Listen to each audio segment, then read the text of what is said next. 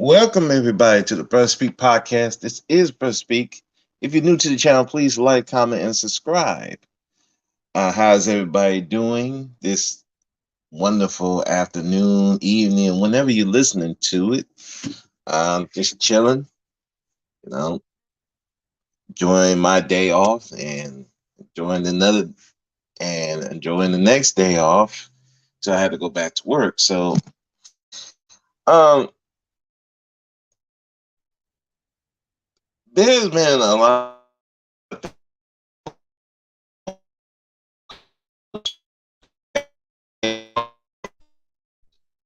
And I think that is very key, a good reputation, whether it's professional, whether you're online, and it's personal reputation. Because it's like credit. If you have no reputation, people don't know you. And while that can be, they could depend on you, they don't know if they could trust you. So that can leave you out of opportunities like credit. If you have good credit or great credit, it gives you better opportunities to get better loans with better rates. Um, People are more likely to sell to you if you have credit. Now, of course, if you got cash, you got cash. I mean, cash is always a good thing. But when you're talking about building a business in particular,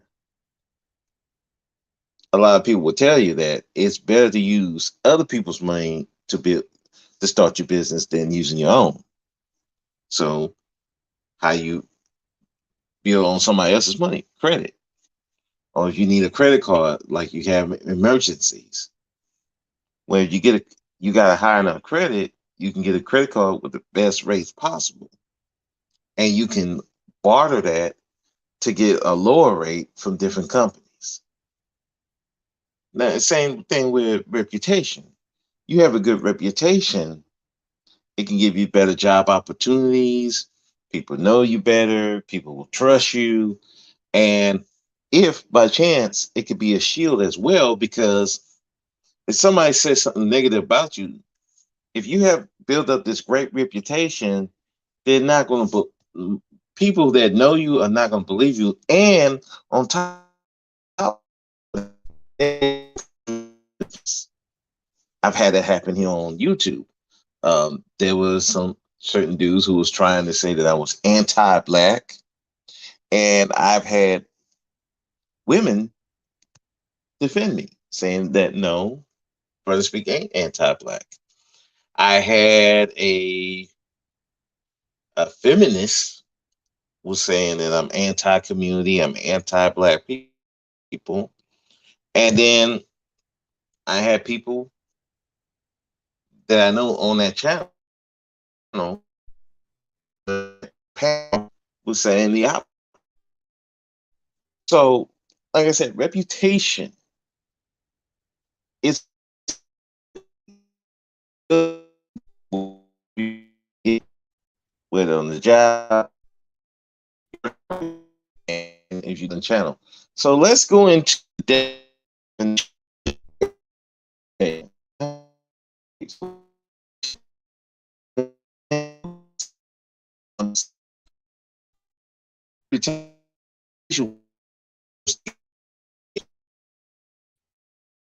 what belief has him has a particular habit or characteristic. His knowledge of his subject earned him a reputation as an expert.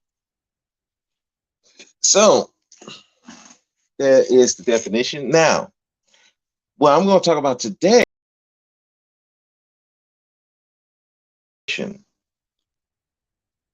professional, your channel reputation if you have a YouTube channel, but you can also apply it to social media, online reputation, and then your personal reputation. And we'll talk about how to build that. And really, a lot of the times, all those can apply to the same thing, and you'll probably see a similarity to it. So the first thing we're going to talk about is professional reputation. I'm going to show you some slides and give my observation on that. So let's go with that. We'll go into the professional reputation.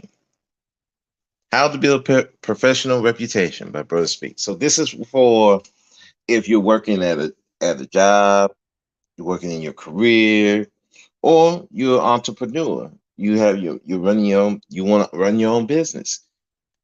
The key thing is reputation. You gotta have a good one. Because if you don't have a good reputation and nobody can trust you, nobody's gonna work with you. You know, and if you're trying to get customers, if you got a bad reputation and not doing the work or treating your customers like shit, guess what? Nobody's going to work with you. Nobody's going to come buy from you. So let's get into it. All right. So how do we start building that professional representation? And the first thing is being open and welcoming. Okay, hold on. Before I do that, let me stupid me. I can't see this shit. This shit. Uh, what's wrong? What was I thinking today? All right, hold on. So I can explain that. I can't even see the shit. Okay, so boom. All right, how to build a professional reputation by me, Brother Speak. Now, number one, be welcome, open and welcoming. Small actions such as welcoming and introducing yourself to new clients can lead to new colleagues, and clients can lead to meaningful relationships. Engage with coworkers and customers in positive and creative ways. Be generous with your resources and work within your community to show you value it. These actions make people know that they are valued and respected and can result in better productivity and positivity. So, in a nutshell, be a friendly person, be be open, be welcoming, actually be a human being. Don't shut yourself off. Now, this ain't to say that you got to be all buddy buddy with everybody, because that can cause a lot of problems too. But be open enough to show that, hey, I'm here for you, especially if you got customers. You have to show that, hey, I'm willing to work with you. Hey, you want to buy this? I'm willing to work with you with that. You need to know something. I can help you with that. You know, stuff like that can really help you where you're engaging with coworkers, maybe your boss, and then that builds your reputation because they see, okay, he's willing to work with everybody. He's willing to help people. The customers see like, oh, okay, I know I might can get a good deal with this guy because he's, you know, he's open. It is what it is. So let's go to number two. Exhibit transparency. Be truthful and honest. Being truthful and honest builds trust and can improve business or individual's reputation. Appropriately exercise full disclosure and refrain from concealing information and results from employees, customers, or investors. For example, if a body repair shop ordered a specific part for a customer's car and it won't arrive for a full business week, openly sharing this information with the customer can build trust despite the potential inconvenience. So basically, just being truthful. If again, like I'm having an issue with my car, they trying to rebuild the engine, because there's some parts that went out in my engine. So the issue has been getting these parts. So the guy that I've been talking to, he said, "Hey, look, I can't get this part right now. I have to get this. I have to get that." But he's keeping in touch and let me know the situation, so that they ain't just playing around with my shit. you know. So that's the same here. Like, for instance, like they want something built. Now, you be honest with them. Okay, this will take me time. This the price is going to be such and such a time. I get it done. You let them know up front so they know what they're getting into instead of being vague and being dishonest. And then you find out that you're not really being truthful. They're not going to want to do. They ain't going to want to do work with you. And even worse, they will put you out on Jump Street. So now people know, oh, yeah, such and such told me he was going to build this at this such a time, and he didn't do it at this time. It took longer than he did, and he was vague. I would never do business with him again. Yeah, you see a lot of those on like the review sites such as Google, Yelp, and yeah, I see that when I'm trying to decide on a business to deal with. Yeah, I see a lot of those. I ain't doing business with you. So you got to build the trust of the customer and employees. You just one of the big things that I told my boss is, oh hey, I'm just late. Ain't gonna lie to you, I'm just late. And so they either write me up or they don't. Well, don't do it again. It you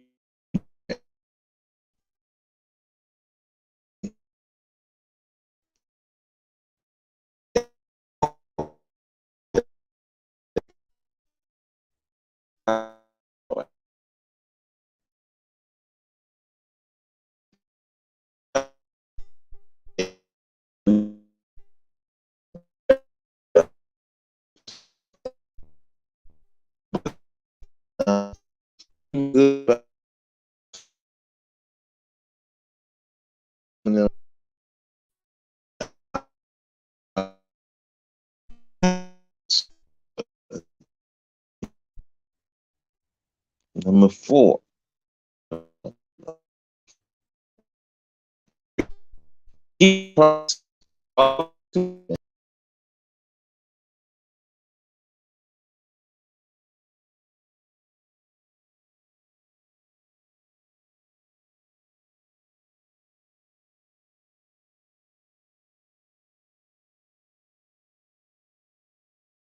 Now, here's the thing. Keep your promises. Now, one thing they teach us at the prison, if you promise an inmate something, make sure you promise something that you can actually do. Because if you don't, you're going to piss these guys off. And they ain't going to trust you no more. And then they ain't going to listen to you. And that becomes a problem. Now, me personally, when I talk to these inmates, I tell them, look, this is what I can do, and this is what I can't do. And if I can't do it, I always try to do stuff that I can do. If I can't do it, I just tell them, no, I can't do it for whatever reason. You know, that's what you're supposed to do. Now, that translates into business. Like, my boss might tell me, hey, I need you to make sure this inmate cleans this clean the room. Okay, I get the inmate. Hey, I need you to clean the cell block. So when he come by, he's like, "Oh, you did it? Yeah, it's done." So they know, hey, if I tell brother, it's gonna get done. So they don't have to worry. They don't have to come behind you, unless he's one of them people who's just anal like that. And you have bosses who are like that, and ain't much you can do. the best you can do is make sure you doing your work. Because, like I said, I've had bosses like that they're real anal and they would check up on you, but they don't bother me as much because they know I'm gonna do my work. And many times they're like, I had one supervisor said, "Look, in this position, when I'm here, you're gonna be in this position because I know you're not gonna fuck this shit up." I mean, that's what it is. They put me in that position because they know I'm not gonna fuck it up. I'm going to do what needs to be done, so they ain't gotta worry. They ain't gotta worry about the warden coming after them. So that's what we do. That's what you have to do in business. Now, as far as a customer, you know, if there's an issue with a customer, you should be working to resolve it. And like for instance, let's say, hey, there's a particular computer that they want, and there's certain specs. You make sure they get the computer with the specs. If you can't do it, just say you can't do it, or maybe I have to order some different parts, or whatever you have to do to resolve it. That's what you need to resolve it. If you're not doing that, guess what? No one wants you. So if you're running a business, again, if the customer can't trust you, they're not coming to you. If you're at the job, if the boss can't trust you to do shit, um, they're not gonna give you much shit, or at the worst, they're gonna fire you because if they can't trust you to do anything, you might fuck it up for them, and they're like, we ain't not about to let that happen. You got me fucked up. So let's go next one. Oops, went too far. Boom. Next one. Generosity. Number four, give more than what's expected. Another way you could build a reputation is doing more what's expected and asked of you. For example, if a client asks for 3% savings discount, offering a 5% discount may lead to further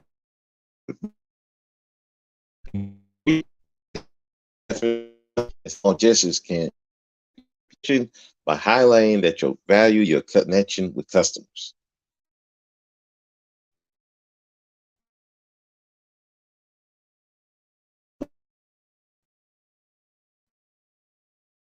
Now, let's not saying do more that takes out of you, because I know people be doing so much.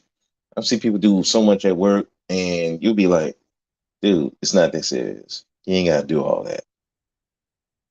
You're doing too much. You're trying to impress. We had supervisors where the one wants people to get written up and stuff like that, and we got supervisors who just writing people up for no reason other than they scared to lose their job. They're doing too much.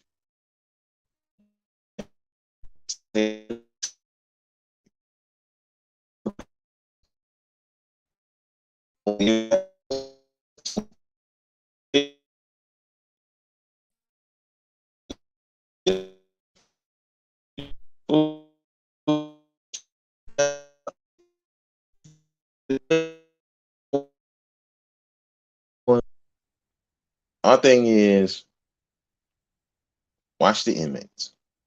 Make sure they ain't hurting each other.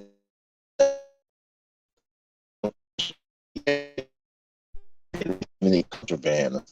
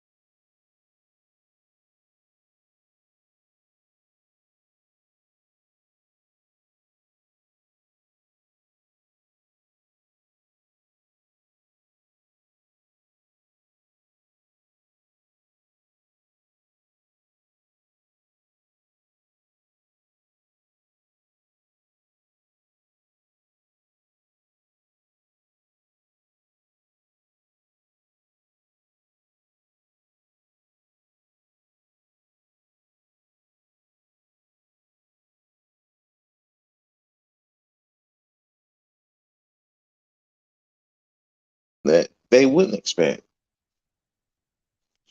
You had to shock people a bit.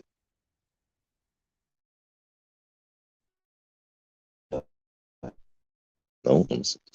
Number five, have a strong character. Showing concern and doing the right thing, even when it's difficult and unpopular, shows strong character and integrity, both as an individual and as a company. Reputations can improve ethical and not compromising morals. For example, a resource employee is investigating potentially fraudulent activity, though they determined there was no wrong duty. A close colleague in another department asked to know who was involved, and though they may find out another way, the human resources employee declines to share names, holding their integrity. Now, one thing they tell us, like, if there's certain things that we talk about in our shift briefing, they don't want the inmates to know. They tell, hey, don't tell the inmates. No problem. Because, hey, officer speak. Ain't my actual name, but y'all get where I'm going with this. Hey, what about such and such a thing? I'm like, well, no, I haven't heard anything. Hey, I don't know no more than you do. You know, you know, not telling all things that will even compromise the situation, or investigation and stuff like that.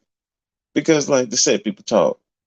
Same thing, like if you in a office environment, there's like an investigation, or you heard some news that the boss might be getting fired, but they tell you not to say anything. Now, if you're going around telling people and they find out, guess what they gonna look at you? Who we told? Oh, we told him. What the fuck? Let's see. Hey, Polo, how you doing, man? So again, you got to have a strong character. They got to be able to trust you with certain things. They got to be able that you're gonna admit to wrongdoing if you did something wrong. Like, I remember one time that I got caught with a cell phone.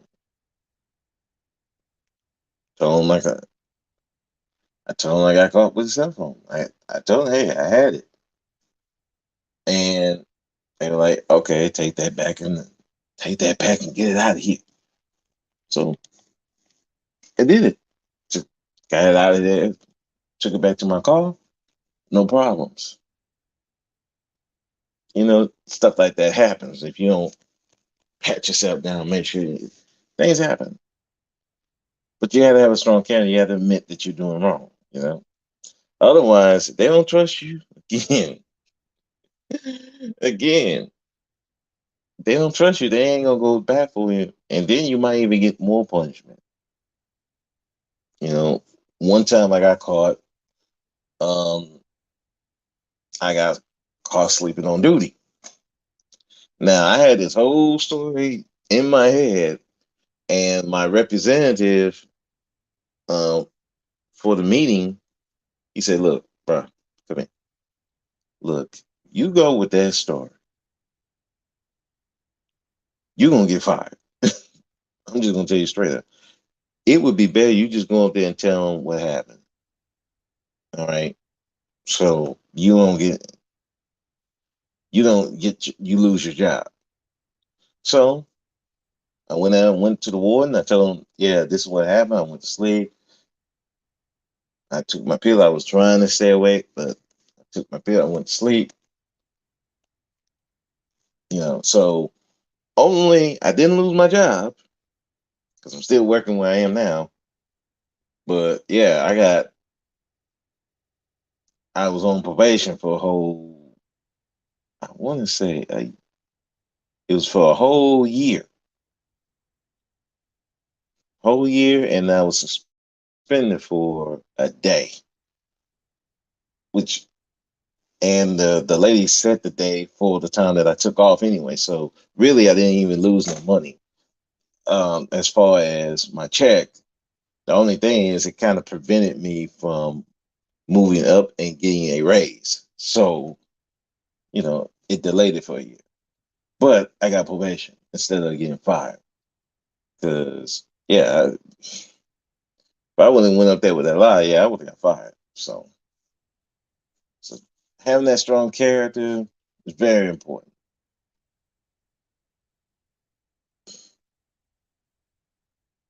Let's, let's keep going. Mind your body language. Body language can convey a message without words, and people with strong reputations are mindful of their body language. Maintain eye contact and nod to show that you're actively listening when others are talking. Effective body language can add strength to your verbal messages and directives, put others at ease, and convey confidence. Understanding body language can also help you recognize unspoken issues and concerns others may have. Yeah, that's important because if if you can't look people in the eyes, they think you're lying. And that's very important in the prison because one thing they looking at you and they see, so you don't want to be staring at them too hard because then they're seeing you as a threat, but you don't want to be just, as soon as you look at them, you're looking away because what it does is it shows fear. And the last thing you don't want to show is fear. Like we got inmates that talk, and they just talking. I'm looking at them. When they talking to me, I look. Now I may look around here and then watch my surroundings, but my main focus is on him. Why I do that? Because it shows that I'm actually caring. Even though in my mind I'm like, okay, this dude's full of bullshit. I ain't gonna lie, dude may be full of bullshit, but I'm showing that at least I'm willing to listen to. I got a lot of coworkers that won't do that. They will blow them off. Me, I don't. I try not to blow them off because, like I said, you never know what he might be telling you something that might be helpful to. He might be saying something that might be helpful to my health because yeah, there's trouble over here. Trouble over here, brother. Speak, man. You might not want to come in tomorrow and say, "Hey, good looking out." Oh man, we beat that guy. I said, "Look, bro. Look, you gonna do all that? You better do that away from me. Wait till I'm gone. Then hey, have at it. Are you serious? Yeah, I'm serious. I ain't trying to write you up because if you fight in front of me, I gotta write you up. I gotta call them people. All right. Now, so I tell them, and that's the same thing at work. I'm like, I look at my supervisors, and I look them in the eye and tell them, hey, this is what it is. This is what it's not. You know, body language tells a lot. And then you can look at them and you see they all pouting and arms crossing. And it's like, oh yeah, it's gonna be a long day for everybody. So you can know what type of, you know, yeah, I may not want to be around him so much, you know. Or you have a coworker, same way, like, yeah, I might want to avoid this coworker. Or you may want to listen, hey, something going on, adds to your communication and helps you connect with your coworkers better, you know? So body language is important. Let's see. Next one.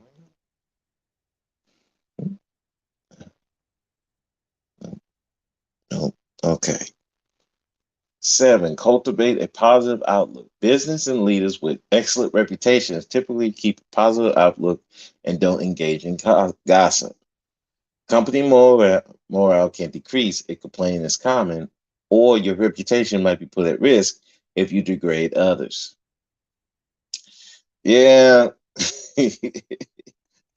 I'm not gonna lie, I've been kind of guilty of this, but I'm trying as much as I can to cut back on it with the complaining. Um, I remember one guy that used to be in my unit, and he had went to be a supervisor. Why my unit didn't make him a supervisor there, I don't know. They weird like that. So he was going to another unit, and the thing he told me. before I left, because I was saying, man, you the most hardworking guy out here. You you know, and he was. I mean, he practically ran that unit. If he's in the hallway, that lieutenant never had to come out there because he got it. He knows the schedule. He runs it. Everything's ran. So I told him that, like, man, they gonna lose you. Man, you like the best workers. He come tell me that, man, I looked up to you because you came here. You don't complain. You just come do your job and keep it pushing. I was, motivated by you. Which, hey, Kendall, how you doing, man? And that's the thing when you're showing a positive outlook, and that's what I try to do as much as I can. You hear people complaining, and I try to tell them, as much as you can. It ain't worth complaining. Like it's not worth it because it puts you in a negative light, and you know how people talk. People gonna talk, and then next thing you know, what you said about me? What? Huh? What? That's the thing, and keep a positive outlook. I I have one coworker that he lets a lot of stuff bother him at the job, and like I said, there's a lot of bullshit that be happening. So he come talk, he called me, and I try to tell him. I said, why you don't let things bother you? Because I can't change it. I don't have the power to change it. I can't fire some of these people. So what am I complaining about it all the damn time? Ain't gonna do anything. So keep it positive. You know. So the main thing is that's what it is. Keep a positive outlook, even with your bosses. If they see that you're positive all the time, they're gonna be positive. They suck. You know. Sometimes they suck, but if you say, "Hey, doing a good job, Lou," or "You doing a good job, Sarge," you know, it helps. And of course, help others, in which basically you helping people. That's number eight. You're helping people. You help others meet their goals. Like if someone's struggling at the job, like they don't know what to do. Like I've seen guys who don't know, they're letting the inmates stress them out. I just come talk to them. I say, hey, but listen, can't let them stress you out like that. You know, they gonna if they see you acting crazy, they gonna act fool because you just can't let them do that. And or I seen them struggling with certain with paperwork or something like that. They don't know how to do so. I just come in and help them. Like, hey, this is what you do. This is how you fill this out. Stuff like that will help people, you know, build up your reputation, and they see that that's that helps you um, build a connection with people and helps your reputation. That's the wrong environment to have unchecked emotions. The prison, yeah, yeah, that it is, and that's why I try to help people as much as I can. Even the inmates, I try to help them. I'm like, hey, dude, this ain't. I know you angry, but if you don't control yourself, you're gonna get yourself in a lot of trouble. So as much as I can, I try to be a calming voice. Sometimes it works, sometimes it don't, but at least they see that you're trying and you're trying to help others. That's good for the reputation. Now, same with businesses, same with like supervisor. You help them with a situation, then in turn they trust you more, and now you're their go-to person, which helps you in a lot of ways. Keep going. Prioritize accuracy. Accuracy in business is important, and you can build a reputation by paying attention to the details. Spell names correctly, proofread documents and materials, and review calculations to make sure they're correct. Ah, me and my talking. Being known as someone with a strong sense of skill, position, and efficiency can increase performance, productivity, and profits. Yeah, basically, be correct in everything. Make sure all your numbers in order. Make sure you're ordering something. Make sure you're ordering the right thing. Because you order the wrong thing, you're gonna be in trouble in business. Same thing here. Like in my prison, if I don't tell them I don't have enough count sheets, paperwork. It's gonna make the day go slow. You're holding people up. Especially one of the things that we do is count. You ain't got a count sheet, you can't count. Now you're holding up the count. You're holding up the count too many times. Guess what? Now you're in trouble. So it's one of the things where make sure you're accurate in everything, so you get the right stuff. You're writing, you're writing documents, emails, all this thing. Make sure your spell check is on point, because if they can't understand what you're writing, how they gonna know what to bring you, or how they gonna know what you need, how they understand recommendations, all kinds of stuff.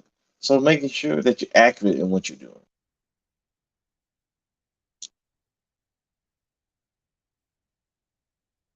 They can say focus on the end game. After 25 years, you get a nice check for the rest of your life, and you can find something else to do. Um,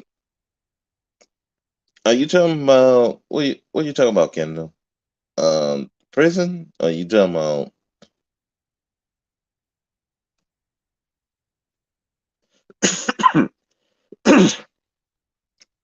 If you're talking about the prison, yeah, I mean it depends on where they are, yeah, because yeah, you get a pension, and for us in Texas, we get free medical. Medical is paid for life. Yeah, so we get discounts and free medical for the rest of our lives. So yeah, it's very important, like you say, make sure that you stay on point with stuff. Because especially where I am, it's very hard to get fired. You have to be doing some fucked up shit to be fired. You know, it's just the way it is. So if as long as you ain't bringing stuff in or illegal stuff in, you're pretty much good to go. If you ain't have no personal relationships with inmates, you're good to go. Now, to take that into business, again, same thing. As long as you make sure that everything's good, you- the numbers are correct, you know what you're doing, business runs smoothly. Uh, I don't know why I thought you were in Ohio. I don't know either, Kendall. I've been to Ohio. I've been to Columbus, Ohio, but no, I don't. I never lived there. No, I'm in Texas. So okay, let me get back to it. Be reliable and consistent. Consistency and reliability are good traits to have in business, and both affect their reputation. They can lead to repeated business, new customers, clients, or promotion. For example, a customer will probably continue giving business to a plumber who fixes a leaky sink on one visit rather than the one who required three return visits to address the problem, even if the service costs vary. Continuously meeting deadlines, producing valuable work, and being helpful and doing well in performance reviews can improve your status and reputation. Again, again, being reliable, being consistent. It's just doing your job, being on time with your job, not making excuses. Same with business, making sure the customer is good. If you say you're going to do something, you do it, and you consistently doing good work over and over and over again. That's how you get the high ratings. You know, if every time you see in the review thing that, oh, they told me this and then it was this, they didn't give me my refund, they didn't do all the lousy customer service, guess what? People ain't gonna come to your business like that. Same at work. If the boss, you're not reliable, you can't come in on time, you can't dress properly. They ain't trying to deal with you like that. Same for promotion. I mean, if the boss can't trust that you're going to do what they need you to do, that you're going to fit their needs, guess what? You ain't getting a promotion, and you're going to be the first one on the chopping block. So yeah, being reliable and consistent is very important. Also important in life too, because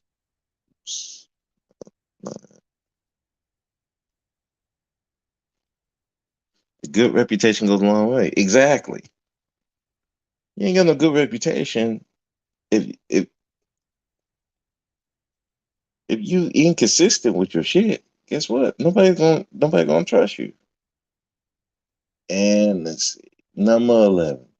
Take responsibility. Be humble and admit mistakes when they happen. Consider openly acknowledging an issue rather than finding an excuse or hiding it. Possessing responsibility is an act of integrity and can increase your reputation more than the error can harm it.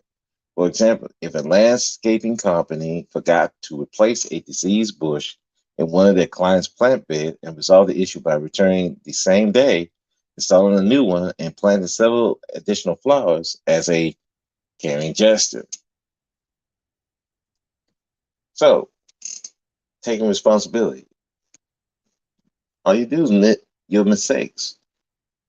If you admit, hey, I fucked up on something. You tell your boss, hey, they might be mad, they might punish you, but at least they know that you're taking responsibility for your stuff. Same with business. If you mess up on an order, you mess up this customer's order, you make it right. Hey, it's my fault. I should have I messed up your order, but I got you. You take care of it. Same at the job. Sorry, boss, I messed up on this thing. Um, I'll make it up to you. That's all you can do. That's taking responsibility. Now, whatever happens after that, it depends on the person. But you're more in a better position when you take responsibility and then just make an excuse. Well, the like for instance, like do sleep. Oh, well, the supervisor fired to sleep. He's like, no, well, you see, I was taking these medicine. They ain't trying to hear that. Now, one time they might hear that, but you doing that all the time? Nah, they ain't about to listen to you. You know, yeah. Hey, I took the wrong pill and I'm sleep. At least they willing to listen to you. Sometimes you got to take responsibility for your own actions. You don't like. I give you an example. Um, Me and this lady went at it, and over signing her paperwork. Now she swore she had turned in some gas and she's trying to sign for it. And I'm like, I don't see it. And so I we got into it. I didn't cuss her out or nothing, but I'm just yelling and screaming, yelling at her. And the supervisor got involved. And then I come to find out that the reason what happened was I didn't see where she had taken on another sheet some gas and I didn't see it. So I took responsibility. I apologized to her. It was my fault. I even apologized to the sergeant. Sorry for getting you involved. And that was that. After that, we had no problems because again, I took responsibility for it. I messed up. So that's how I go. 12. And there you go. Find solution to problems. Anticipating an issue and reducing its impact or resolving it completely is an important skill in business. Develop ideas for solutions and be willing to share them. When ideas involve solving the problem is not as important as maintaining your reputation and being considered a creative helper and problem solver. Like if you see things that's just going to be a problem, take the initiative to try to solve it, or reduce its impact. Like, like when we got inmates leaving the unit, and usually they give us a list of the inmates that are leaving. They give us a list so we can pack this up. Now, what I usually do, I go in there and see there's extra like travel cards. Travel cards are just telling what the age, weight, what he charged with.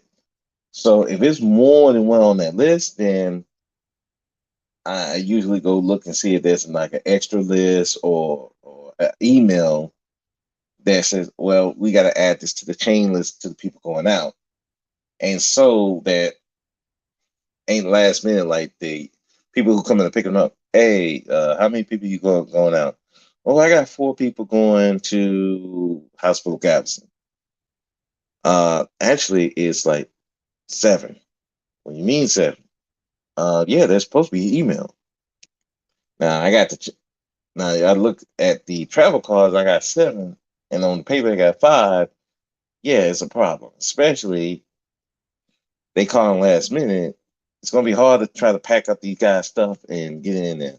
Sometimes we just don't even pack it at all, which could be a problem because they leave the stuff there, people gonna take it, and then now that's another problem. So to prevent that, I make sure I look at the list, then I go in there and look and see how many travel cards. If it's more than that, or there's an email or something, then I let the supervisor know so we already know what's going on. That's solving a problem before it get there. One of the other things I used to do, like paperwork. If I ain't got no paper, I usually there were times I bought my own paper. It was only like let's say like 10 cents, like $2 a ream. Now people will say, "Why are you doing that?" I'm saying I'm trying to keep problems from coming from me, or I let the lieutenant, hey, can you get extra paper so we can do all this paperwork? It's just ways to solve problems and before they come. Because again, if you're solving problems before they even come around or reduce the impact, that's going to help you at your job. That's going to help you in business because if your customer's going to have an issue and you anticipate it's coming, you can reduce the impact or resolve it before it becomes a big problem. Let's see. And number 13, turn negative feedback into opportunities. Negative feedback or reviews can become opportunities. With the right approach, a critic can become a loyal customer and greatly affect your business and personal reputation. For example, a company could follow up with a customer who left a poor review online or offer a refund to the Patreon who had an unpleasant experience. These customers might respect the gesture and try the business again or talk positively about the reaction and response to their friends and family. You get that a lot. Like I remember like at Carl's Jr. So we had a Carl's Jr. in Sugarland and they had messed up my order. So I went online and wrote a negative review. And within a day, they called me. Hey, we heard about your review. How can we fix this? How about you come in here? We'll give you a free burger and everything. Now, I didn't take it, but it was appreciative because they saw that they care. That's what you can do in business. Or, like, for instance, I had one of my ones said, hey, you did this, you did. And I'm like, oh, what I do?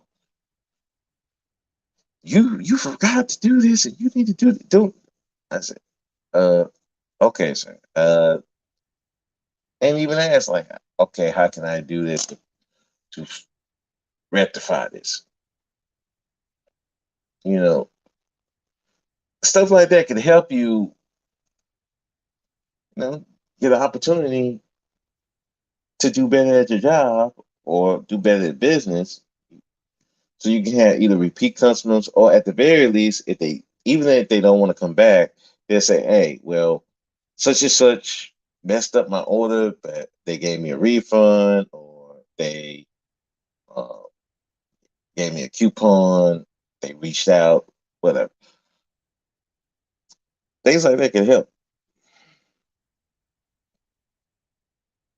To me, that's the real definition of intelligence, the ability to solve problems. The more complex the problems you solve, the greater the intelligence.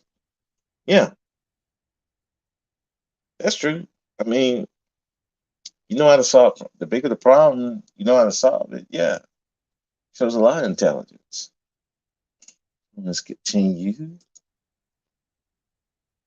Next, welcome challenges. Consider taking on additional projects or challenges, both in your personal and professional life. You could try leading a team or volunteering within your community. Taking a risk might get you noticed, as it shows you can handle responsibility while supporting others. This may lead to more opportunities in the future and a stronger reputation. Volunteering, taking on a project at your job that normal people wouldn't do. Um, One of the things that got me even a better reputation, show that part. One of the things that got me a better reputation, they were volunteering people to go to different units because the prison system around here was short like 8,000 employees thanks to COVID. COVID really messed us up. So that's one of the things. So what people started doing, they was going to different units. One, a lot of overtime. And two, get you more good graces like into the with the wardens and the major. So that's what we did. So that's one of the things, or taking different positions.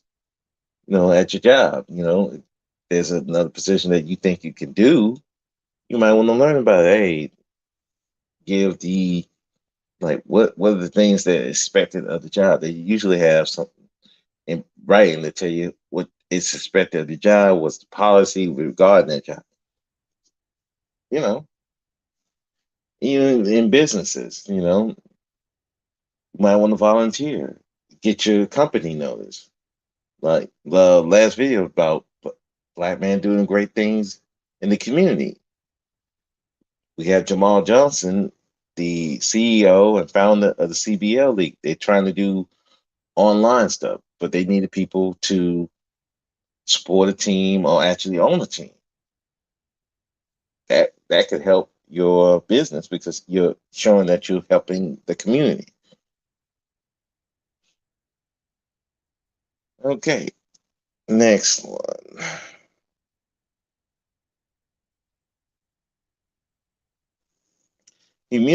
Humanize yourself and your business. Be accessible to customers co-workers by eliminating corporate jargon, marketing phrases, and promotional messages that can prevent your company from building an authentic reputation. Aim to engage more effectively with your audience and be mindful of word choice when answering emails, updating social media, or presenting in a meeting. So just basically respond like a person. You know, show that you're an actual person, because that show that you're an actual person.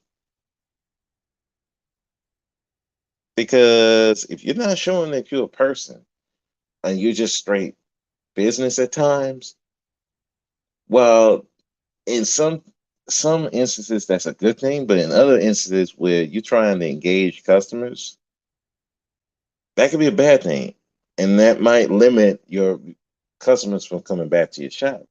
Because if they don't feel like they matter, then yeah, they ain't gonna be so quick to be coming over to your shop or going to your business. You know, same with coworkers. If the coworkers don't seem like they can talk to you and anything like that, I'm not saying be buddy, buddy, buddy, and all that, but just act like a human. Say hi, say bye, and all those different things. That can help. Let's see. Number 16, present a powerful digital image. The online image of you and your business often directly relates to reputation. Presenting a professional image in the office and across social media accounts, marketing materials, and professional websites, or your resume and cover letter can show careful planning and thoughtful professionalism. Now, this one I've had coworkers. Let me tell you something. I've had coworkers that literally post pictures of themselves getting smashed and stuff thrown on them. Or they have pictures on their page of doing that to other employees.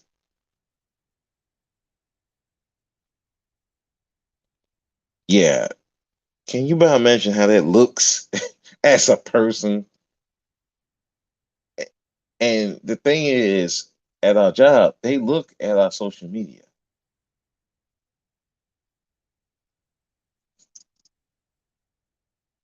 They look at your social media account. So they know what you're doing. And if you think they're not looking at you and think they ain't gonna use that against you, that's a problem. So again, your image is important. Going to work, how you dress, how you act, what you have in your social media for your business. All that's important. And so if you how you write your stuff, what you write on your website, advertising your business, your like I said, your resume, cover letter, all that thing show how careful you are and how thoughtful you are on your image.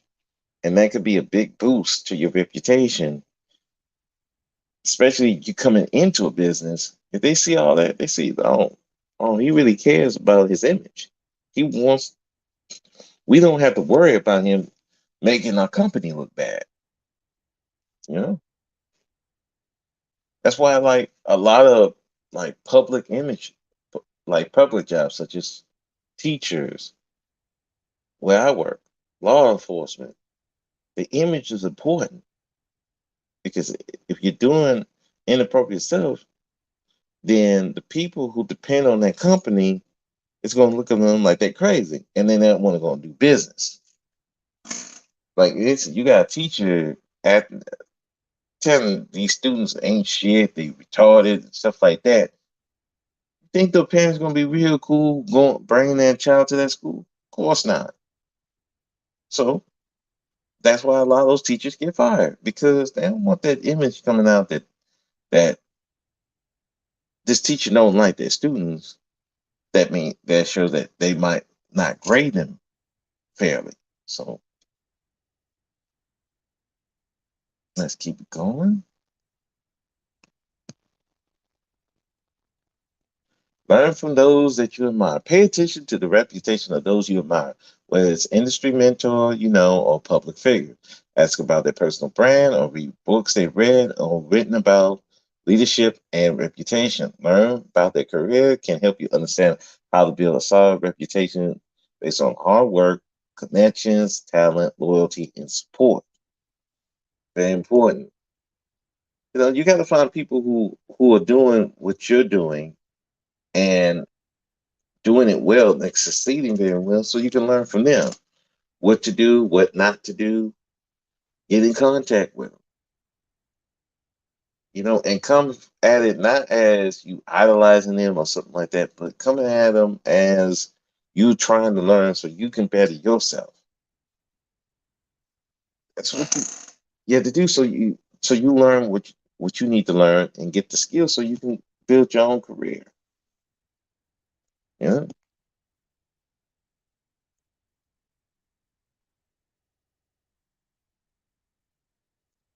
Let's see, number 18. Make sure your social circles are a positive reflection of your brand. You are the company you keep. The words still make my skin crawl, but the truth is, behaviors, opinions of your connections, both online and off, directly affect our reputation and digital brand credibility. When you partner with an organization, select an influencer that can represent your brand, share someone's tweet, or link to a blog. You're implicitly implying that you're implicitly saying that you endorse the content. Establish a relationship with people whose values and standards mimic those of your brand. This is not only true for partners and influencers, but also for the staff you select to represent your company online. Now, that's very important because a lot of people are looking at you online. People are always watching online or off. People are watching, and who you hang with, people are gonna make assumptions of you. Like at our job, if we hang around the inmates so much, yeah, people gonna think you're bringing stuff to them, or you're having a relationship with the inmate, and people gonna give you the side eye. So if something is being brought in, who do you think the first person they gonna look at? The person who's talking to the inmates a lot. Now, just like if you're online, you're talking to a person that is saying hateful things about, let's say, black women, okay, but you endorse them. Guess what they're gonna think you are? You endorse hating black women. I had kind of that problem when I was on the Ebony Star Network. I said that I sympathize with a lot of those guys in the Black Manosphere. Now people were starting to think, "Oh, you're part of the Black Manosphere," and I'm like, "No, I just sympathize with them." Now, now, some of them people, I have no contact with them.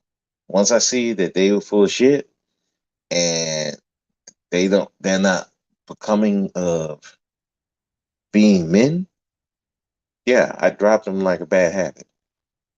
I don't, because I don't want their stench to get on me. That's the same with coworkers. Some coworkers I try to avoid. So I don't want them thinking, I'm cool with this person. That's just the way it is. So if you don't, who you hang with is how people going to view you. It's just the way it is. There's no way around that.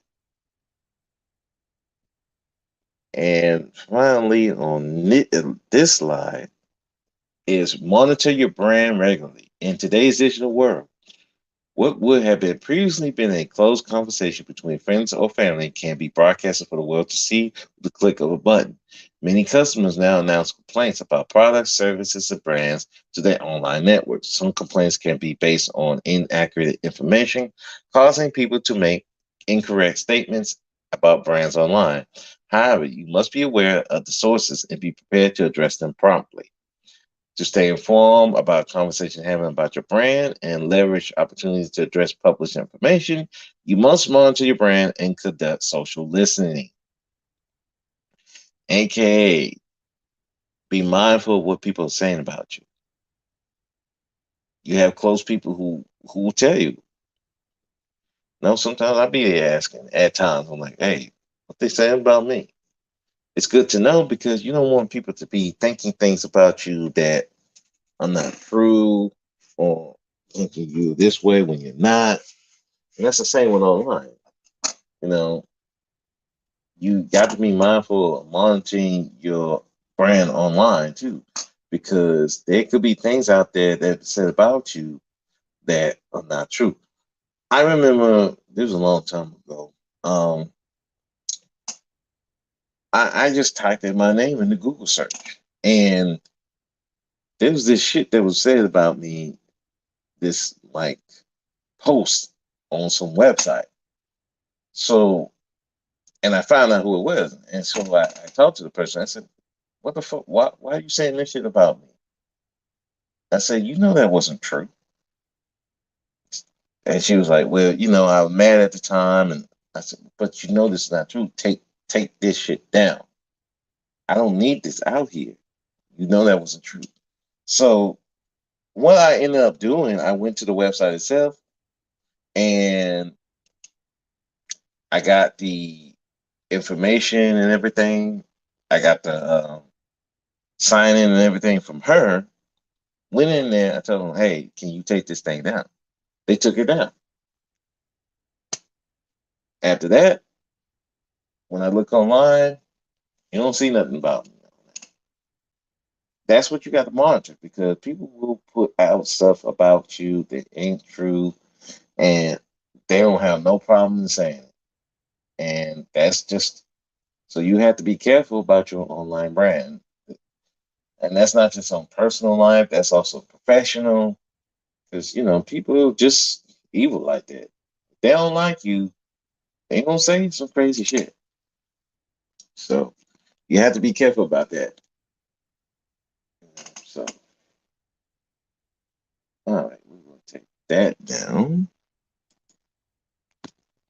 So basically is as far as professional reputation, you need to have a high one because it will benefit you. It benefits you at your job, it benefits you in business, and that's the main thing is you want to get your check every day.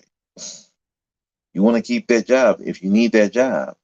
Or you have a business, that's your bread and butter. That's how you make your money. If you want to be independent of not being a job, you got to make sure your business is on point.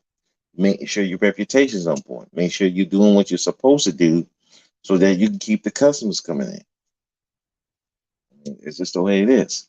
So we're gonna get off of professional, and we're gonna go into the next thing that I'm gonna talk about.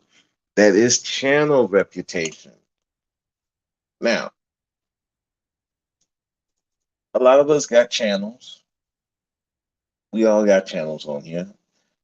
This is my channel here, and we're trying. A lot of us, if we're trying to build it, we're trying to build it so that it could be a positive experience for people. All you're trying to do is to make money. But if your channel's reputation is trash, guess what? Good luck trying to get anything. So we're gonna get into that. We'll show that one here. Boop. Now, what they saying about you? How to improve your channel's reputation. All right. So let's get into that. Cultivate personal integrity. A foundation of a good reputation is integrity, and you can build integrity by having a history of making good on positive intention. Improve the website, your channel, better video or picture quality, better audio quality, better ways of speech. Now, when you talk about channel, when you're starting it, it's okay if you use your phone or something like that. But once you get bigger and more people are noticing, you got to tell people that, hey, I'm going to do this, I'm going to build it, I'm going to build it. And you got to make good on it. So if you're going to say that, yeah, I'm going to make this bigger, then you got to be doing that. If you're going to have a website, you have a website, then you got to improve it. Because if you're not improving, and especially if people's giving you cash apps, uh, super chats, if they're not seeing that you're improving your channel, people are not going to, eventually, people are just not going to support it. So, yeah, you might need to get better video. I mean, you might have to invest in a camera or a better phone. It gives you better quality picture, better picture quality. You might have to invest in different apps or programs that can improve the quality of your picture, video, better audio quality. You know, some of us use our phones, which is not bad when you're starting because the best thing to do is to start. But once you start building a little bit of a following, then you're not to you now you need to improve it. Improve the audio. Get a microphone. Get a decent microphone. Stay within your budget, but as your budget grows, as you're saving money, improve that. Improve your microphone. Improve the setting. Things. It's just stuff you have to do. Get audio software so you can improve your voice, improve your the music, add music to it. Like for instance, like I take a lot of stuff from Fave, DMT, and Max and Star Network, and I incorporated it into my podcast. So you see the intro, you see the outro. That's the stuff that I did to improve the experience. Because if I'm not doing that, people are just gonna throw you to the wayside. And improve better ways of speech, how you talk. You know, if you cussing all the time, maybe not cuss as much, or cuss when it's just important. You know, things like that. If you're telling people that you're doing it and you're doing it, it shows that you you have integrity and that you are willing to build on your channel and giving them the best experience possible, you especially for that buck. If they giving you cash apps, um, PayPal, super chats, they expect something for their money. So control your character. As you and your brand gain popularity, you slowly, I'm thinking that, as you and your brand gain popularity, you slowly but surely lose control of your public image. Social media loves to weave stories, false and true, about important figures, even hardworking entrepreneurs, and they say, from vicious media attacks. It is important to remember that even though you can't control what the media does, you can control what you do. As long as you always do what is right for yourself and towards others, the media will have a especially hard time painting you with a bad reputation brush. And that's very important. Like, um, one of the things that happened recently, and this happened to Max, there was a woman that was trying to paint him in a bad light, saying he don't protect women, he insult women, and again, he didn't insult her, he didn't call out her name. Yeah, yell back and forth, but he didn't insult her or anything like that. And she was just spewing all these things, and people were looking at her with the side eye. Now, again, some people might believe her, but most didn't. Especially the people that know you, they're not gonna believe her. So he did what was right. He didn't attack her. He didn't insult her. Now, other than calling her the devil, and you saw how she acted, you was thinking, yeah, she's probably the devil. But he stuck to what he usually do. He he didn't insult her. He didn't call B and O and all that kind of stuff. As long as you're doing what you're supposed to do, people can't paint you with a bad reputation. Same thing happened to BMT. There was a woman saying that he photobombed her and revenge porn her, and it came out that it wasn't true, and people didn't believe it, and it killed her reputation. So the thing of it is, as long as you're doing what is right towards yourself, for yourself and others, people gonna say what they're gonna say. But the ones that rock with you are going to believe you. The ones that know you and cool with you are going to believe you more often than not, and that's more important than anything. Especially if you're trying to build your channel up. You know, be utterly transparent. Secrets are the greatest enemy to a good reputation. Usually, disputes arise and rumors circulate due to misunderstandings, which can dispel completely through full disclosure.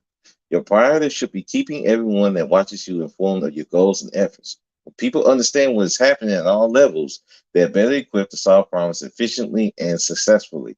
Crafting a personal mission statement is a good way to get your priorities out in the open. You should also take pains to inform your audience the going ons at your channel so they lend appropriate support and feedback as necessary. Now, that's important too. So let people know what's going on. If you're not doing podcasts and stuff every day, let them know why you're not doing it. Like, for instance, I don't do podcasts every day. I don't. Most times it's going to be little rants. But if I'm actually doing a podcast, I let people know. And if I'm not doing like scheduled podcasts, I let people know what's going on. Most times for me, it's work. I work 6 days out of the week.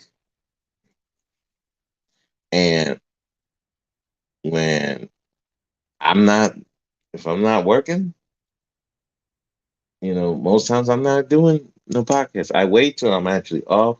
I can sit back and think about things. Or if I'm not in the mood to do anything, I'm not going to do them because if I'm not feeling it, it's not going to be good. And if it's not good, I don't want to put it out there. Like I had a podcast I was going to do about Hassan Campbell and Zaza Ali. I was going to do that. I had it recorded and everything. I started listening to it. I was bored out of my mind. I'm like, yeah, we ain't putting that out.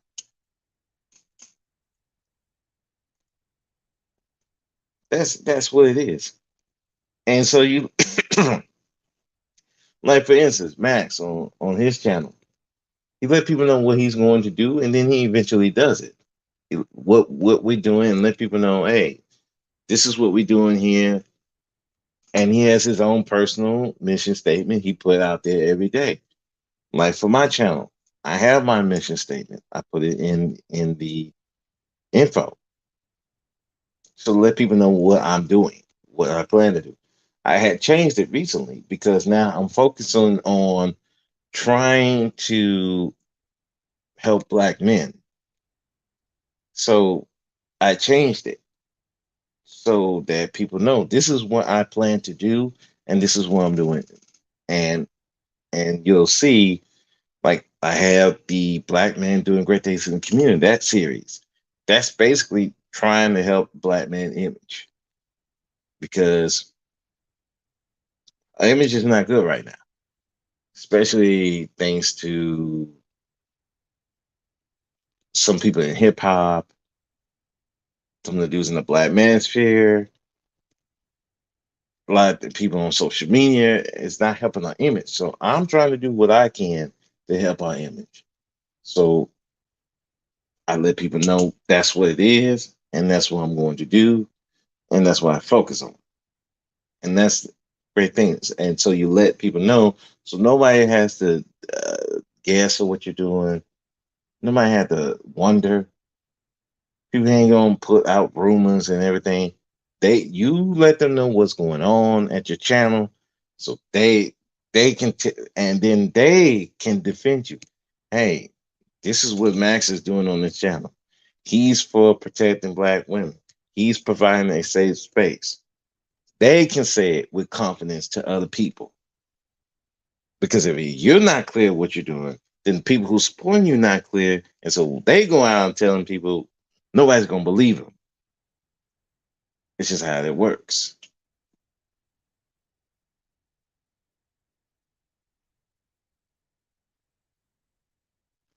Be completely accountable. Now I know this just sound like I'm just sound like the last one. It's unthinkable that you can enjoy a long, fruitful career without making a single mistake. Many content creators play the blame game, unloading their failure, unloading their failures on others in a desperate attempt to maintain a positive reputation. People will like you more if you own up to your problems and work diligently to solve them. As the head of your channel, you will likely bear the brunt of more than a few failures, but you must strive to keep yourself accountable for things you do wrong. To blunder is human. Yes, you're going to mess up.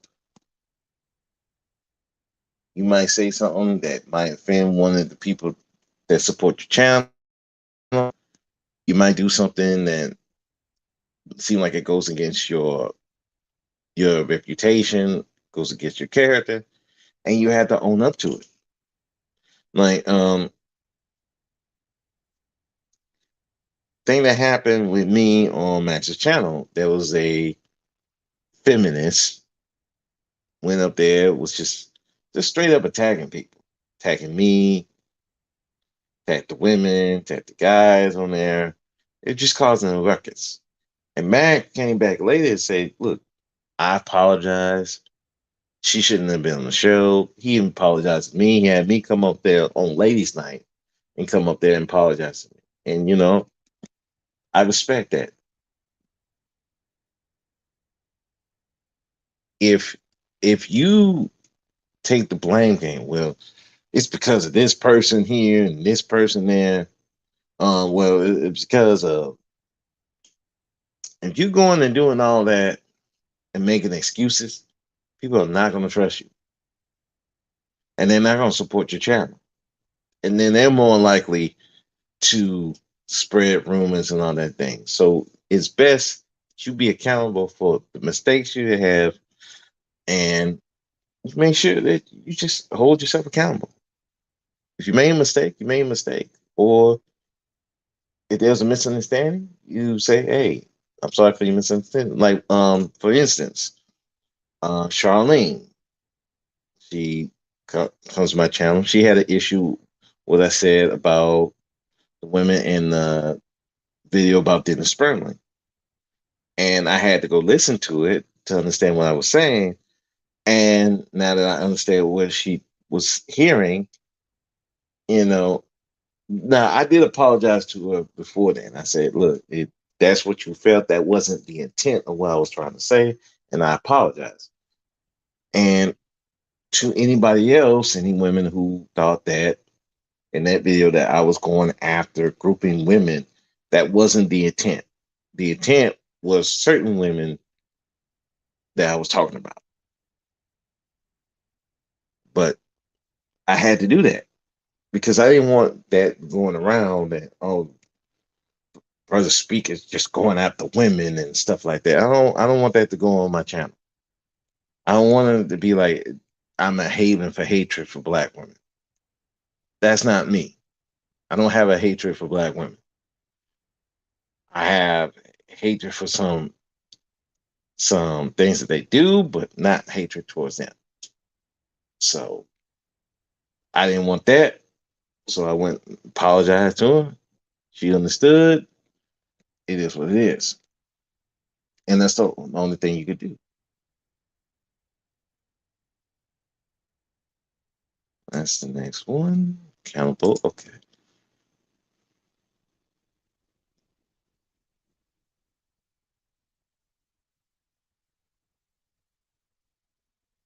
Okay. All right. Ideally, your idols are business personalities who made it big without compromising morality, like Oprah and Bill Gates. Oprah and Bill Gates. Hey, I got this from somewhere. I did not write this. If this is true, you should analyze their personal brands and determine how they manage to maintain such stellar reputations. Somehow, they inspire loyalty, support, camaraderie, and even love. And by evaluating their actions, you can learn how to elicit such feelings in your audience. If your idols are less praiseworthy, perhaps more likely to follow the line of a certain sitting American president, you could consider changing your standards and goals for a more moral system. Now, here's the thing.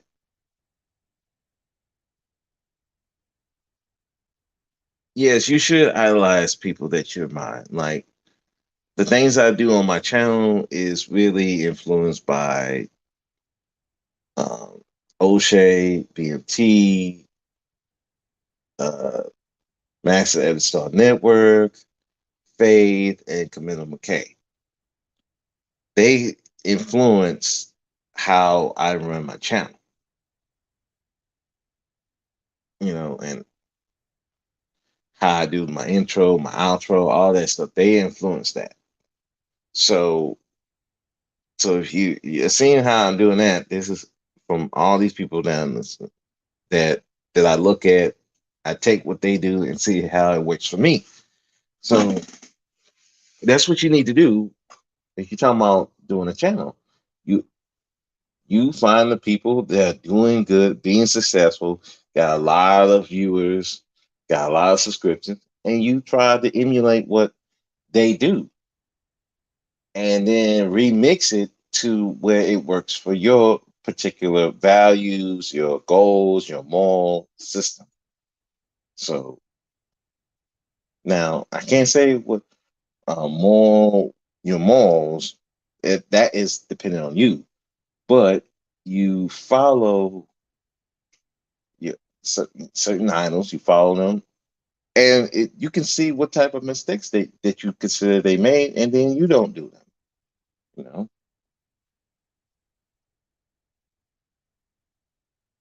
okay. Use your opportunity. Well, kind of went over that. You know, basically, like if your channel receives like maybe a negative comment, or I should keep going with this. All right, back to use your opportunities. Opportunities arise in manners you least expect. Sometimes a negative attack on your reputation can be used to enhance your channel and your personal brand in unique ways. So basically, like leaves a bad comment, or even do a video of you. Uh, you can use that to your advantage.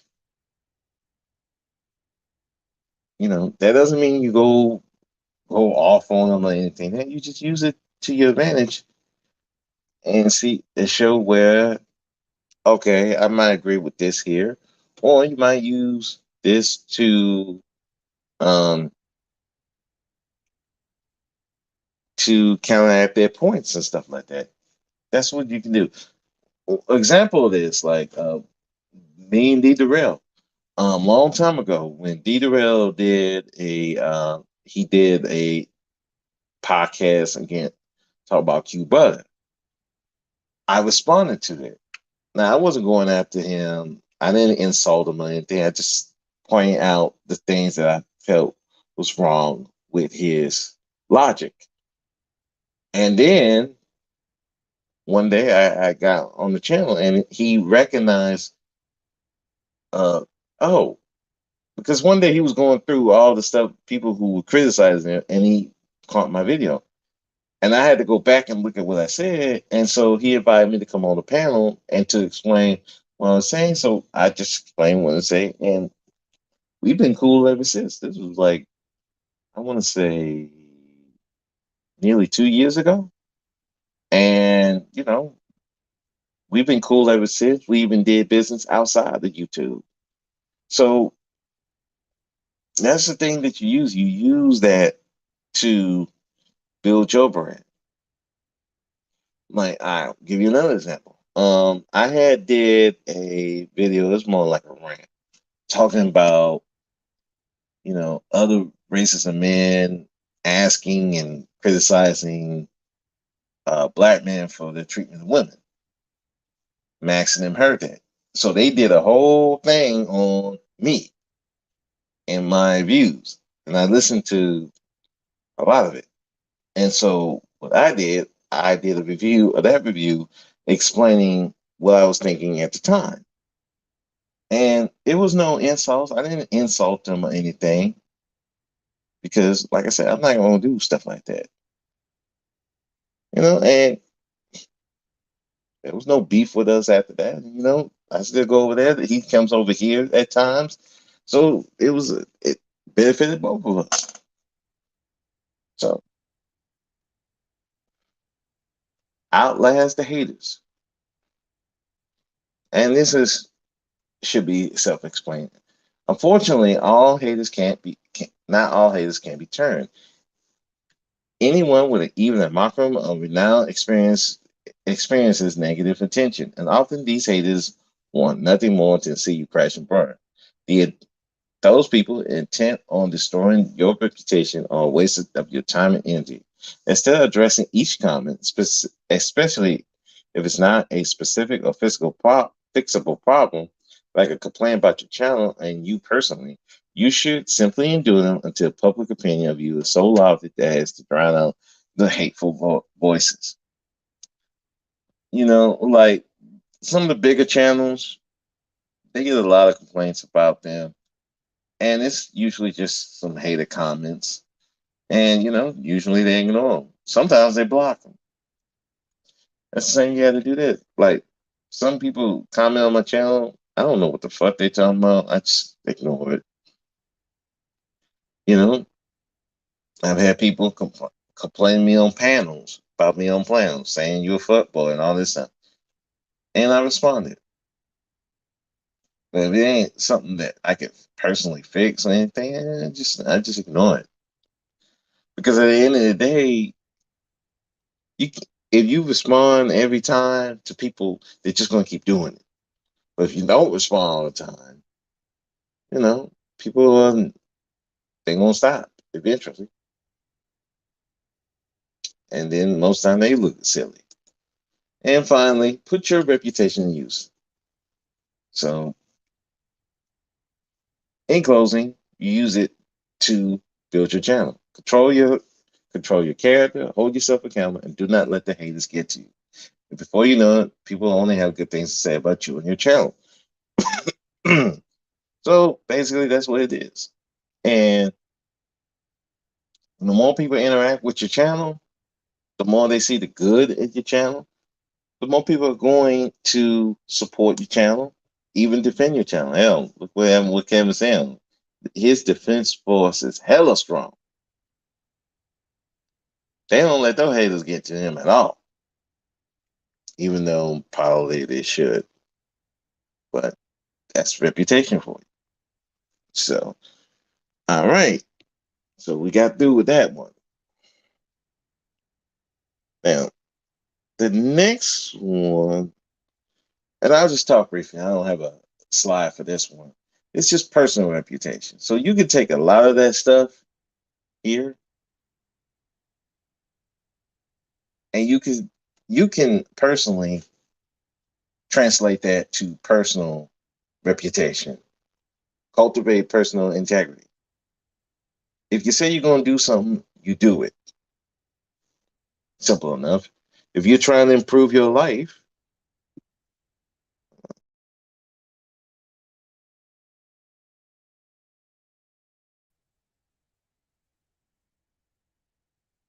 take this down. Okay, so like I said, personal reputation. You could take this slide And we can apply it to personal reputation. The foundation of good reputation and integrity. Same thing with personal reputation. If you're trying to improve yourself, you just improve yourself. Maybe you need to improve on your weight, how you talk, your outlook.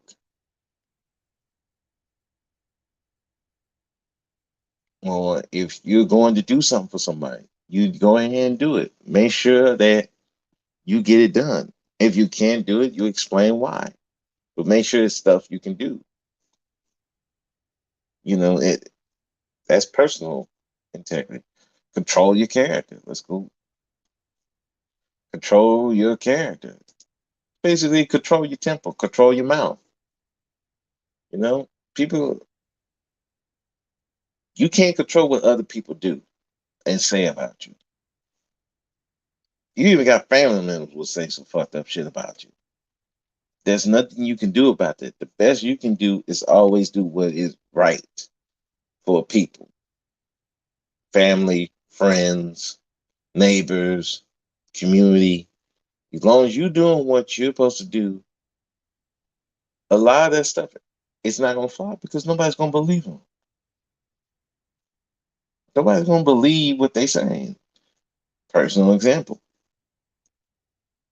I went for a position at the back gate, and the back gate is basically we um if people are delivering trucks, I mean trucks are delivering stuff. We go check and see if they ain't bringing any contraband, and then when they leave, we check them again, see there ain't no inmates in there or they taking stuff. That's what we do. Um, if inmates are coming in, they get on the chain, get off the chain bus. We strip search them, make sure they ain't bringing contraband. We check their stuff and see they ain't bringing nothing, and then we send them back into prison so classification can tell them where they're gonna live. That's what we do. Now, I applied for that position. I now, and this was my lieutenant told me this. He said, "Well, the major came to him. He said, "Well, do you think Brother Speak can do this job?" He told him, "Yeah, worked for me for years. He can do the job." So I ended up getting the position. So the thing of it is, as long as you control what you doing what is right, what you're supposed to do, your reputation is going to override what people may think about you. And even they come out with that stuff, most people are not going to, they can't affect you. Because again, how they gonna do that? Your good works outweigh your negatives.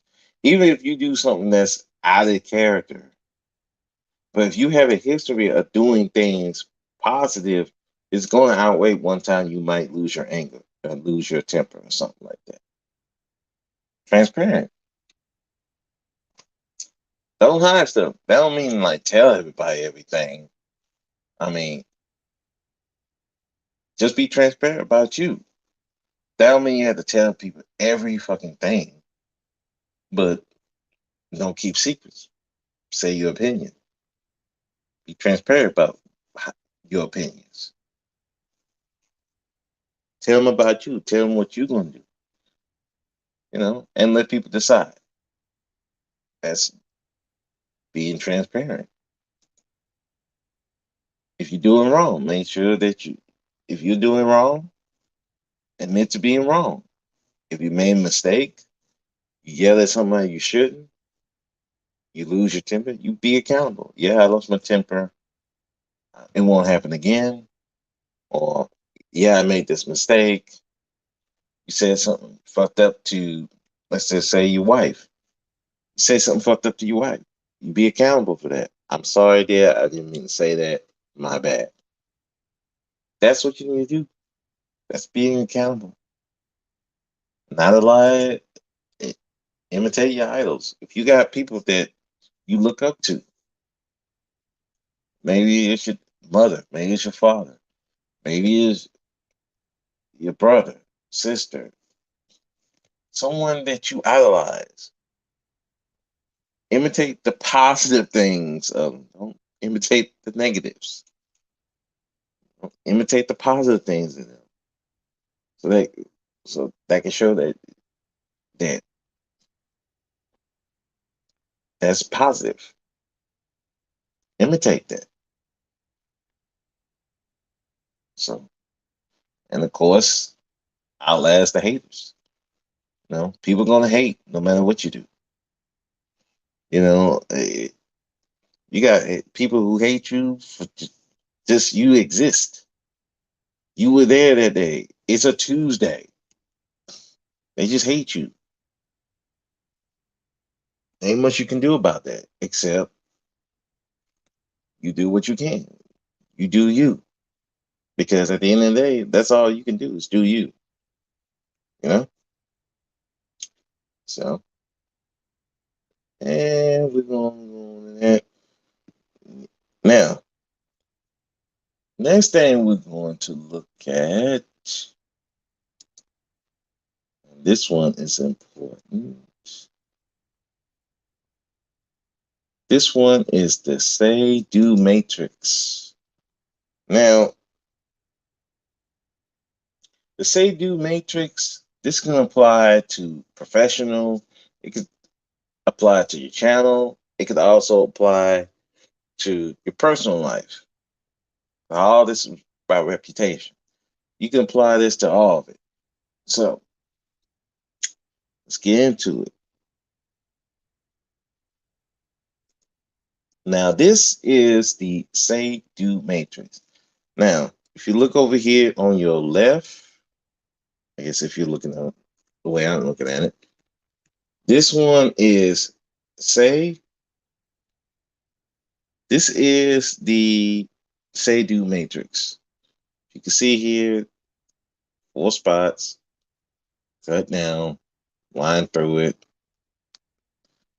So that's the matrix. Now, so what each mean? Let's see. Say what you say and what people say about you. That's the say part. Do your actions in life, what you do. You know, simple enough, right? All right. Low say, low do. You sit and do nothing. So how do you combat that? So you talking about your reputation. You sit, you ain't doing nothing. You go to work, do your 8, hit the gate, or you just doing nothing in life. You're just sitting there. You might be sitting there in your mama's basement, or you sitting there and you just doing nothing. So how do you combat that? Do something different.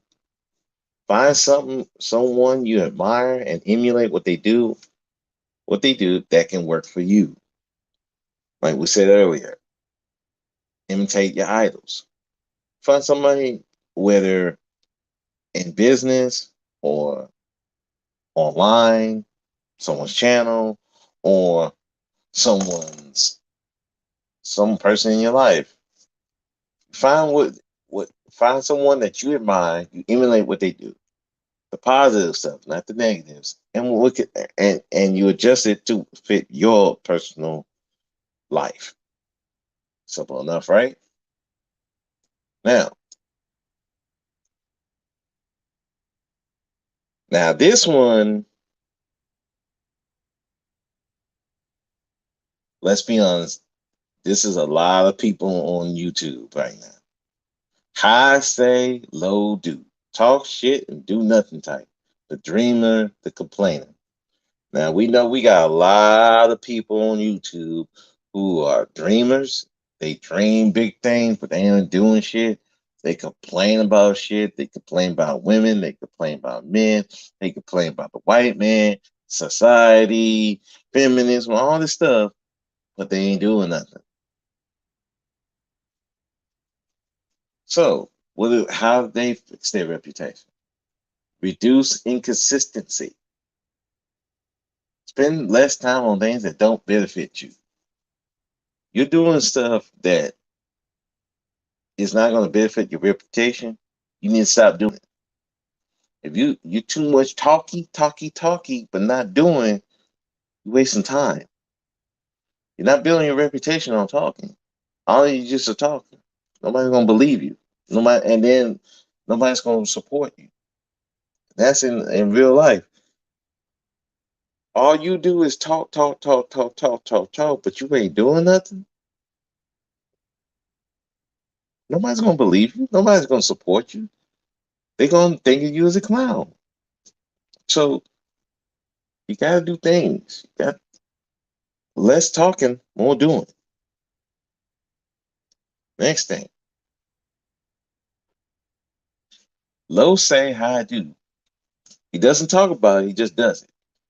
These are people who do things. They don't talk. They just do. They don't get online, they just do things. Different things. Now, that's a good thing in some aspect, but then here's the problem. And like I talk about with image on Emily Star Network, the thing about the black male image is a problem. But you got a lot of dudes who feel like, well, we just do stuff. That's fine with doing stuff, but if you don't advertise what you're doing, if you're not advertise the good stuff that you're doing as a black man, it doesn't help your reputation either. Nobody gonna know what you're doing.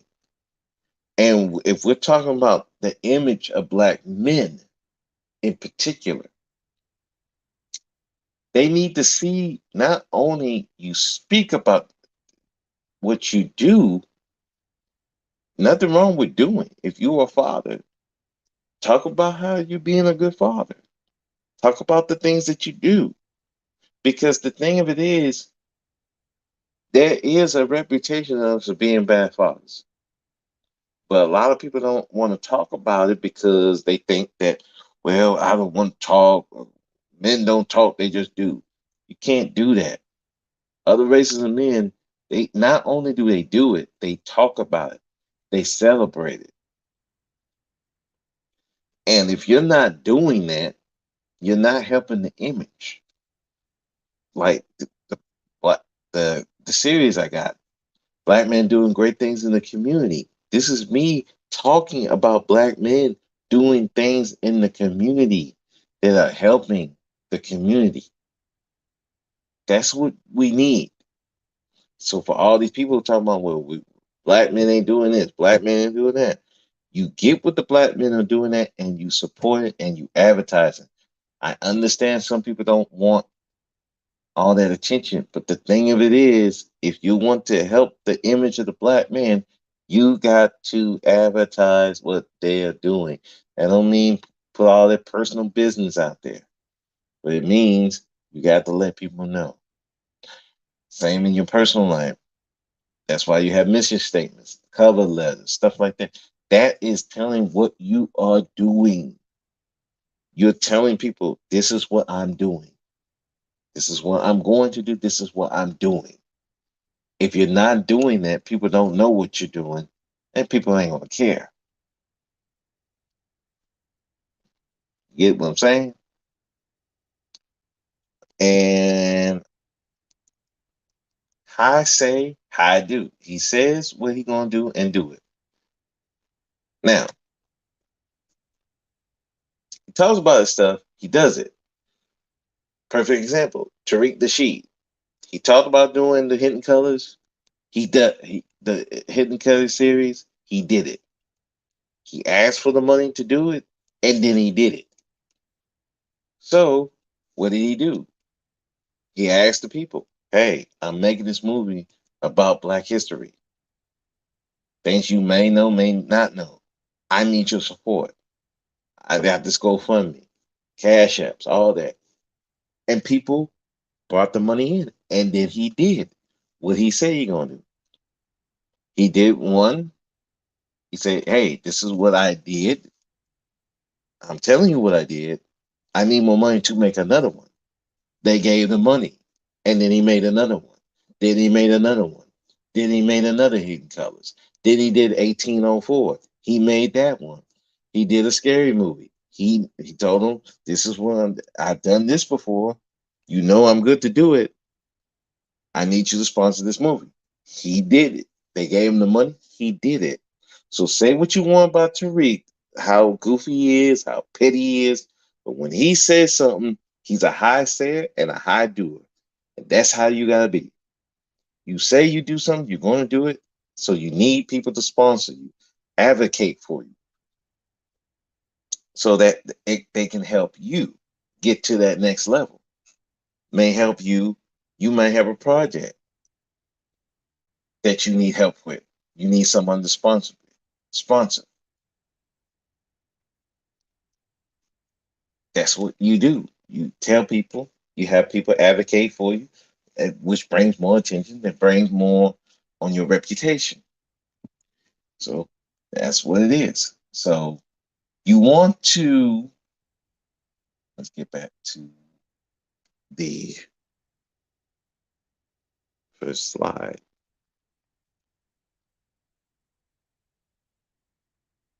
When we talk about this matrix here,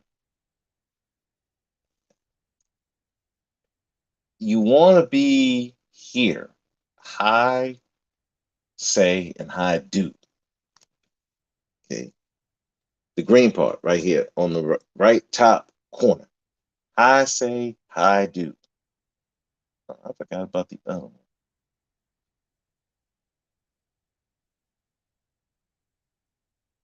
Oh, I did. Never mind. My bad. Okay. You want to get to this part right here on the top right corner. High say, high do. So the only thing you really need is somebody to support you and to add to your reputation. That's all you need. If you all these other ones, you're in a bad spot. If you inconsistent, if you low do high say, which is a lot of people on YouTube and social media, you're not doing anything. So you have to actually do. Your do should match the say. If you ain't doing nothing, yeah, you need somebody to motivate you. If you just do stuff and ain't saying nothing, nobody knows what you're doing. You need people to talk for you. You need to speak about what you're doing. And then, of course, like I said the other one earlier. All right, so let's get out of that one. Now,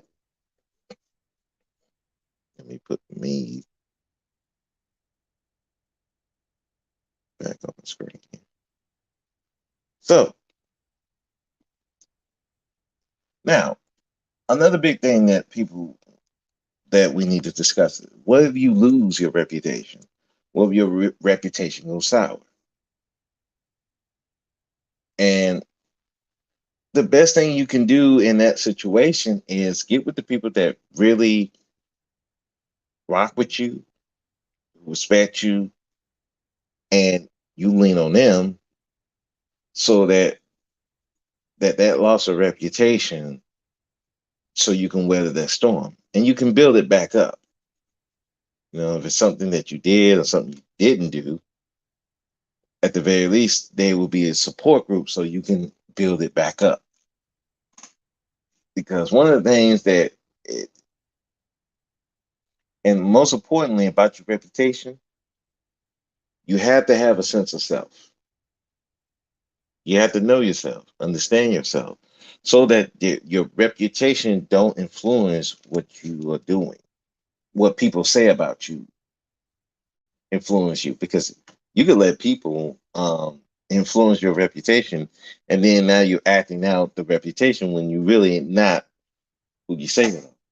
Or you use if that reputation gets bad and people saying all this negative stuff about you, then you start feeling like you are what they say you are. That happens a lot with teenagers, where people say this stuff about you, so you just go ahead and believe it. The peer pressure is a motherfucker, and it can really damage people. So you have to have a sense of self, and that you and Parents has to help with that. The community has to help with that. Because if you don't help the children, help when people have these negative things to say about their reputation, then what happens is that they'll be influenced by that reputation, and then they act out what they say, what the people say they do, and you don't want that. So that's important to think about. And so that's very important. The other thing is professional versus personal reputation, because they're different things. Even though some of the things that you can do for professional, you can apply to personal, they are two different things. And of course, professional is what you do in business, what you do for your job. Personal is your family, your friends, neighbors, community. Now, the question is, which one's more important? It really depends on your status in life. Now, if you're more concerned about getting that money, getting that high position in the job, then your professional reputation would be more important than your personal reputation. But if family, and particularly how people view you even before you pass, is more important to you, then your personal reputation would be more important. But whichever one, you do need to understand yourself and make sure your values align with that reputation. Because if it don't, um, people are going to be thinking one thing, but you really not. So you have to be careful of not letting your reputation influence your decision making and your values. Your values should be your values, and that should be the basis of your reputation. Because if it's not, then you'll be influenced by that reputation. So, in closing, in closing, so what do we learn, black man? Personal, professional reputation is important.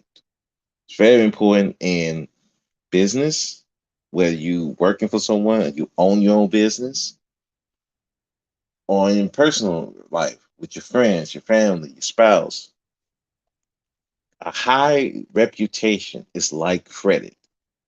If you have a good reputation, it can provide you opportunities. It could be a shield for you for negative people. And it's just a better way of life to have a better positive reputation than not. Now, also, also follow the say do matrix. If you are a low doer but high talker, all you're doing is just a talker. You're a dreamer, you're a complainer. Nobody respects a complainer. So you need to be doing more. If you a low doer and low sayer, then you don't matter anyway. You need to be inspired to do stuff. You need to do something. Follow somebody. Emulate them. Emulate the good things. If you're a doer, you're willing to do the work, but you don't say nothing, then nobody's gonna know what you're doing. So nobody's gonna care. You have to speak. Speak up about what you're doing. If you're a good father, speak on it. Say you're a good father. Don't let people tell you, oh, that's what you're supposed to do. No. Everybody else advertise that how they're a good father. You as a black man, you advertise that too. Don't let nobody tell you that that's what you're supposed to do. No, you advertise that and you let people know I'm a good father. That's your reputation. That's your image, and that helps the black man image. Now, if you a high sayer, you talk about what you do and you do it, then all you really need is just some people to advocate for you. That's where if you have a channel, you saying something, you doing something, you just need people to talk about your channel, advocate for you. You're doing stuff in the community. You say you do it and you do it, you just need people to advertise for you. That's all you have to do. So And finally, which one's more important is how you living your life. If you're trying to get that job, you're trying to get that bag, and you're trying to be the best at what you do, then the profession will be more important, and you work on that. If how you living your life, how your family, friends, community view you, then your personal reputation might matter. But either way it goes, make sure it's high. It's a good reputation. Otherwise, you're gonna miss up like a lot of opportunities. It's just like credit. You have bad credit, they're gonna give you the shitty rates. They probably ain't gonna do business with you. That reputation, the same thing. Good reputation, opportunities are endless. Bad reputation, good luck to those opportunities. Hell, it's even worse. No reputation. No one gives no fucks about you. And that is it for the Brother Speak podcast. This is Brother Speak, and that is it. Let me get my outro out here, and we're gonna call it a night. I gotta see what everybody else is up to. You know, be nosy. I'd like to thank Polo for coming through and Kendall Rowland coming through. Um, please take a look at the replay, formative information. And with that, I'm gonna bounce up out of here. Peace.